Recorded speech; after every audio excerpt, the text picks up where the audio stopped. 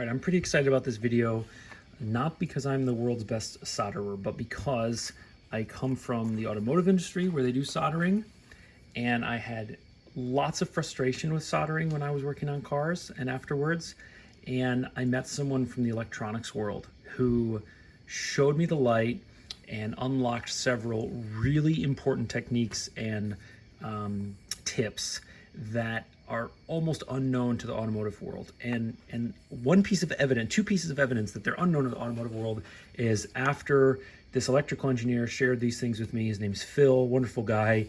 I shared them with two other guys who had been working on cars for 20 years, and their eyes almost literally bulged out of their face when they saw the difference in one of the techniques that I'm going to show you.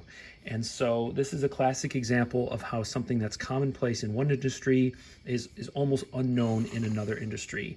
And sometimes that happens in life, and every once in a while you get a guy who crosses over and brings some of the information back, and someone did that for me, and I'm hoping to do that for a larger group of people. Okay, so a couple things. What I'm mostly talking about here is soldering wires together. These are just samples, obviously, but wire repair. I'm not necessarily trying to teach you things that apply to soldering little tiny capacitors on a printed circuit board or something like that, although I've done that and these techniques apply. That's not my main focus, just so we're clear. Okay, the first question I want to answer that might get asked is, why not use these butt connectors? So these butt connectors are ubiquitous, they're all over the place. In general, I think there's nothing wrong with them. I don't hate them. I don't even really dislike them. I just think that soldering is superior. I think that soldering's been going on way longer than these have been going on. The variation in quality on these is insane. I mean, you can get these for like 2 cents a piece and they are worthless junk, and you may not know that. Or you can buy them for like $4 a piece and they're awesome. Regardless, there is a cost savings in the long haul if you solder wires together versus always buying these. The second thing is, soldering is more versatile because you can have 5 strands coming in and 1 strand coming out. And these, just like wire nuts in home electrical, have their limitations because there's only so many splicing you can do when you don't just have 1 coming in and 1 coming out. The other thing is, if you put a lot of these in a certain location, it gets really bulky, the harness, and this applies to some extent to soldering as well, but if you don't have a high quality one, then you can get kind of a pivot point where things want to bust off and break. The main issue I have with these is cost, because the ones that cost $4 each or $3 each, like you get at a Volkswagen dealership, they're awesome, right? And if I had an unlimited supply for them, I'd probably use them. But I don't have an unlimited supply for them, and it's not always that clear which of these boxes you're going to buy, which are going to have high quality and low quality. This is the one that I happen to own from Amazon. It's one of the more expensive ones, although probably not the most expensive ones, and I've had problems with some, but not with others. And if you look inside these, sometimes the construction is really gnarly. It's like 2 pieces in there, and you just... The thing is, electrical diagnosis and repair can have you pulling your hair out, and the last thing you want to do is quote-unquote fix something and not have fixed it. Okay, so that's my argumentation for why you should solder. Moving on, the first thing that you really need to consider is how you twist together the wires. So if you have 2 wires, you may think to cut them like this and twist them like this. And the main problem with that is when you go to use heat shrink, and you put this over the end and you shrink it, you have a hole here at the end no matter what. And so if water intrusion and corrosion is a consideration, like in automotive, then this is a bad option. If this is in a house, then it's fine. There's nothing wrong with that. While we're talking about heat shrink, I would encourage you, if you're doing automotive, not to buy one of these cheap kits. Instead, I would suggest going to ProWire.com or ProWire USA. And there's a specific one I would recommend that you buy, and that is this stuff, CPA thin wall. This is professional grade stuff, and I have had one particular headache with cheap heat shrink that cost me almost 10 hours of my life and my sanity, and I'll tell you about that in a few minutes. Okay, the second way that you might consider twisting wires would be something like this, where you cross them. Sorry, my hands. When you cross them like this, and then you twist them. This is a better method because, assuming you put your heat shrink on before you did this, your heat shrink can go over and cover it, and now you have a good seal. The downside to this is difficult to understand if you've not seen it, but I'll explain it. As you twist, at the very end, you have filaments and strands that are coming up, and they end up perpendicular to the length of the wire, right? So like that. That's exaggerated, of course, but something like that. Now, they're soft and not a problem, but when you add solder to them, they become like little knives. I mean, they become very sharp. And what can happen is, as you put your heat shrink on, you will actually have one of these little strands poking out of your heat shrink. And I once did a camshaft position sensor repair on my sister's truck, and I did a few other jobs alongside that, and afterwards the car wouldn't start. And what had happened, long story short, took me about 10 hours to figure out. What had happened was the 5-volt reference to the camshaft position sensor, that strand had poked out of this heat shrink into ground and was grounding out the 5-volt reference back at the engine control module. Thankfully, it didn't trash the engine control module, but it cost me 10 hours of my life and almost my sanity. So that is a two-part argument. A, to get better heat shrink, because that was part of it. I was using cheap heat shrink, and not to do this method.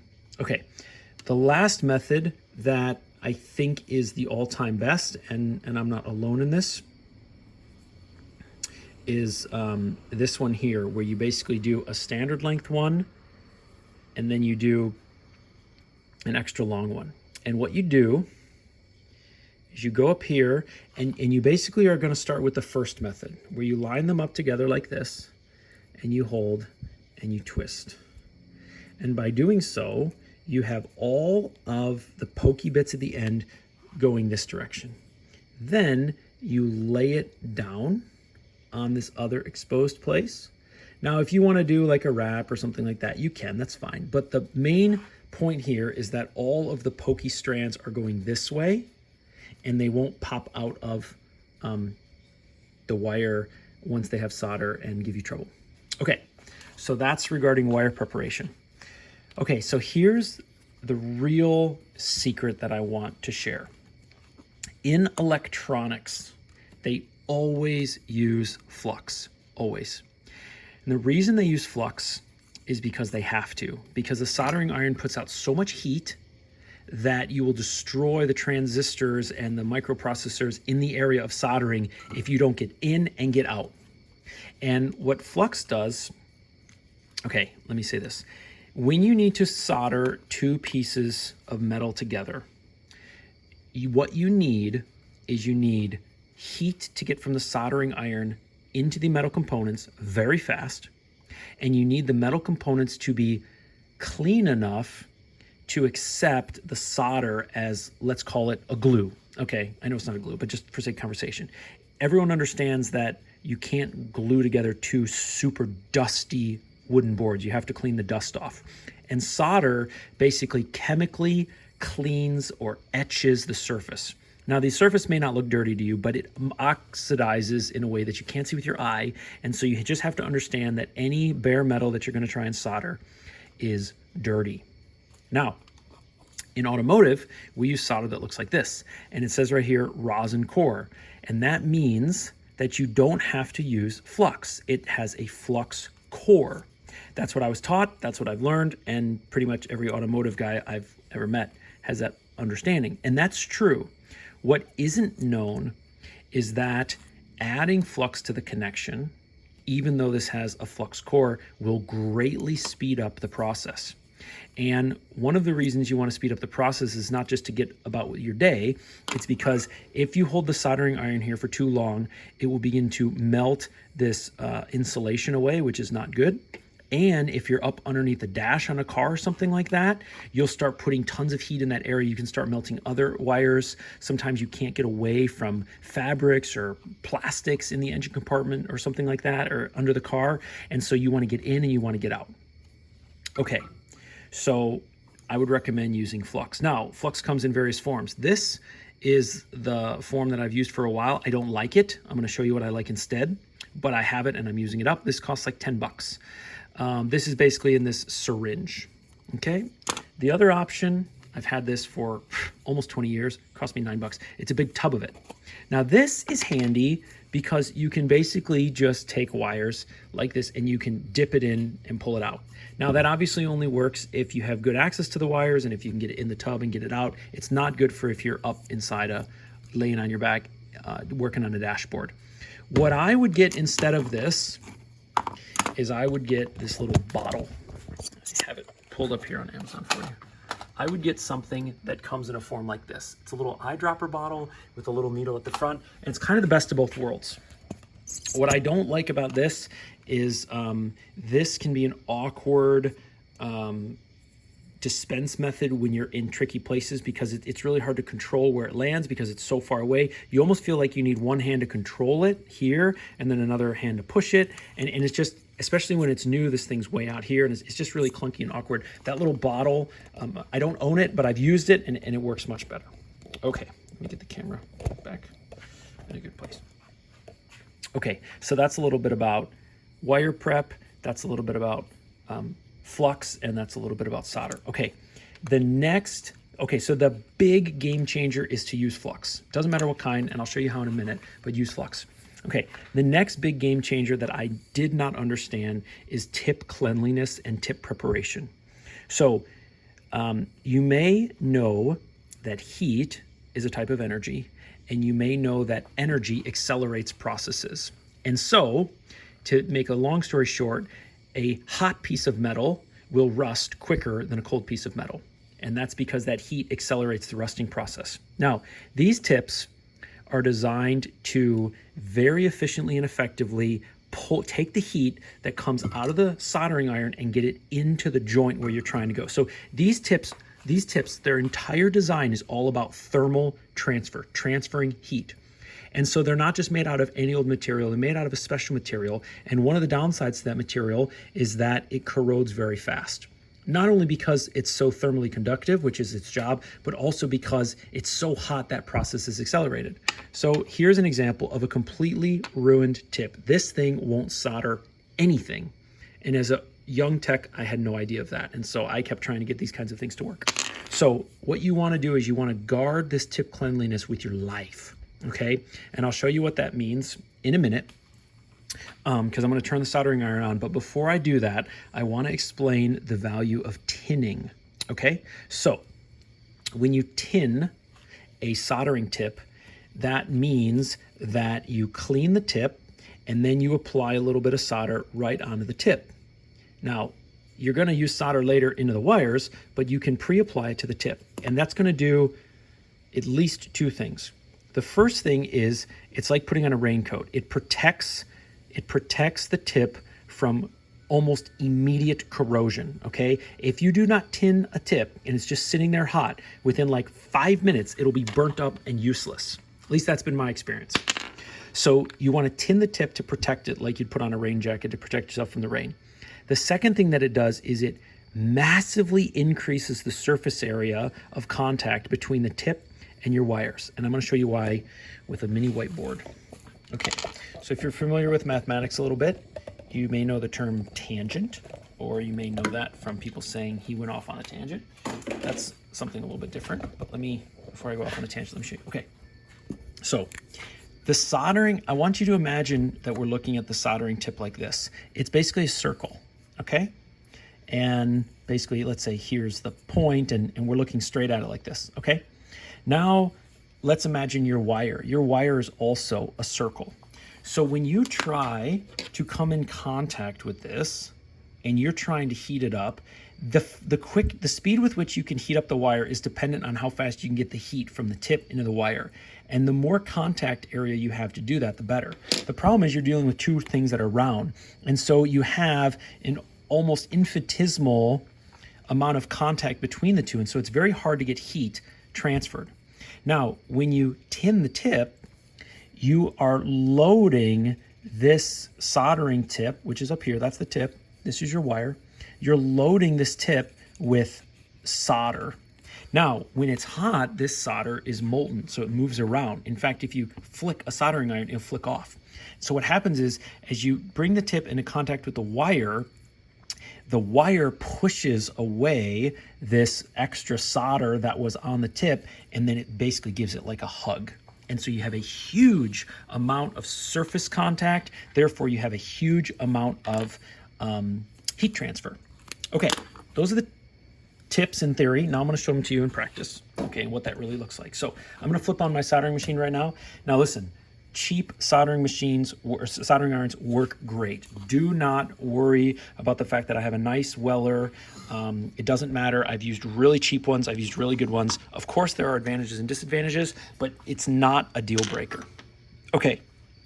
Now you can use the wet sponge. What I prefer instead is this stuff that you can buy for soldering irons. It's like a copper, it's basically like steel wool, okay?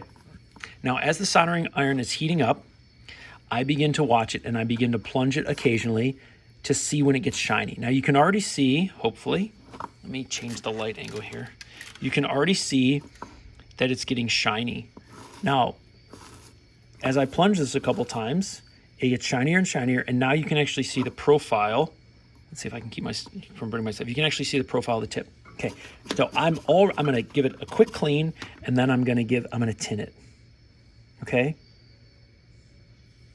And now my soldering iron tip is wearing a rain jacket. Think of it that way. Okay.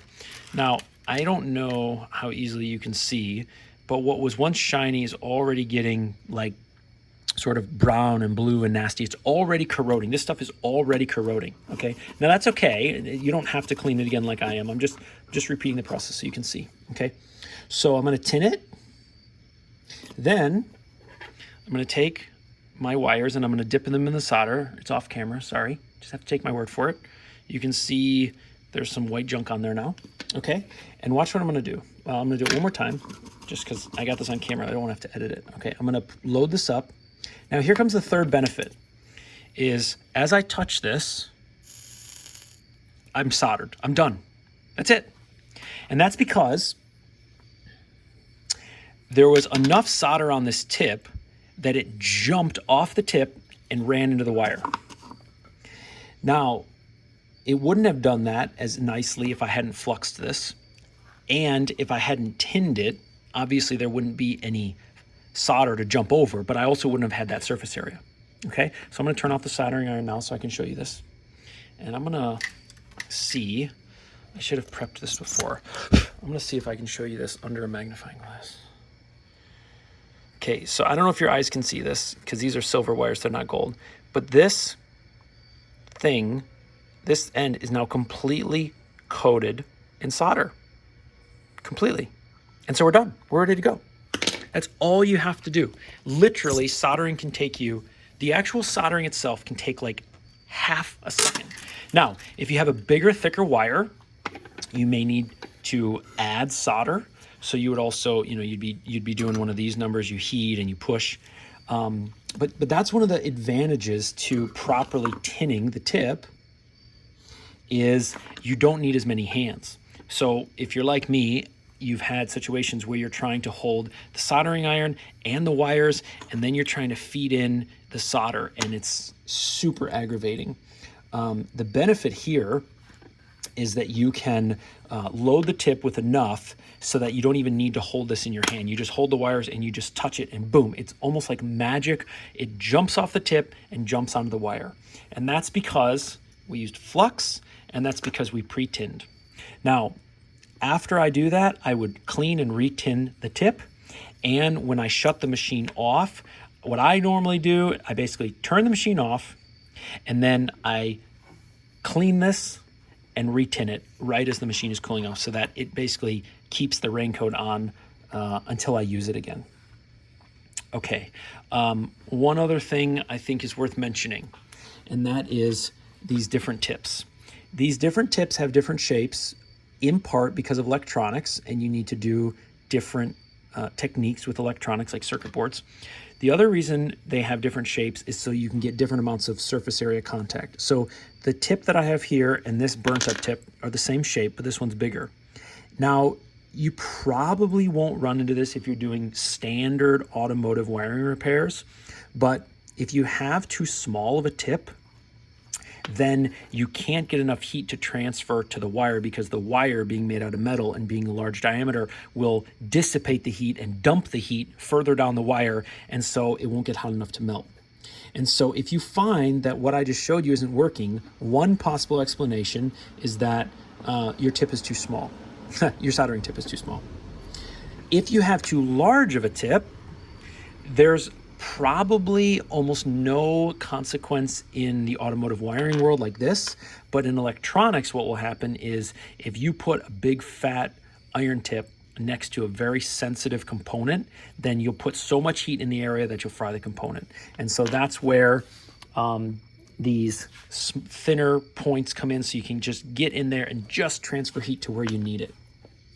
The last thing I think I'll say, I probably said that already, is if you have a tip like this that looks black, you may or may not know that it's burnt out.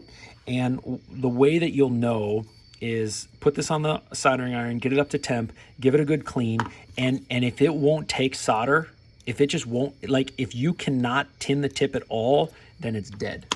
Now they do have a chemical, I think they call it, I used to own it. I gave it to my nephew because he was getting into electronics. They call it, it's like a little tiny jar. It's called tip tinner. And it's supposed to recoat a burnt tip. I don't know if it would do this one or not. I haven't tried it since I gave it away to my nephew, but you could try that. The only downside with that stuff is it's supposed to degrade the life of the tip. So I don't know, you don't want to be doing that kind of stuff all the time. Okay, so I know that was 22 minutes about soldering. Maybe too much for some people. I get that. Give it a thumbs down. Let me know. Go see the post-apocalyptic inventor. He's way better with electronics than I am. But what I really want to say here is there is a bridge that needs to be built between what is known about soldering in the electronics world and what is largely unknown about electronics, about soldering outside the electronics world. And one of the answers is flux. One of the answers is tip cleanliness, preparation, and tinning. And those two things are absolute game changers when it comes to soldering. Last thing is use a high quality heat shrink from ProWire USA or somewhere else. I don't know where else you can find it. That's the only place I could find it. CPA 100 thin wall is really good stuff. And that's it for tonight, folks. All right, take care.